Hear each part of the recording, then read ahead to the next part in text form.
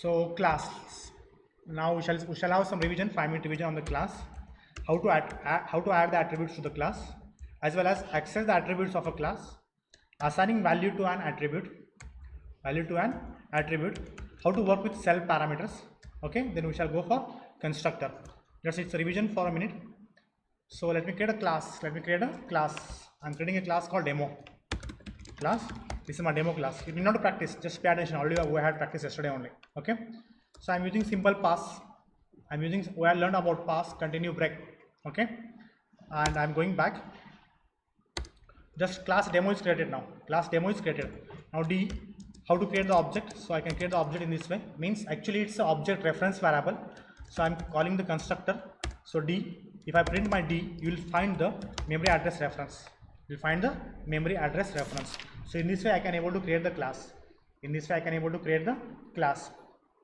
So here D is the reference variable. Calling to the initialize memory location where my object gets created, and this D's address is invoking here. The address is called here. What happened? Okay, power gone. So I think I have to stop.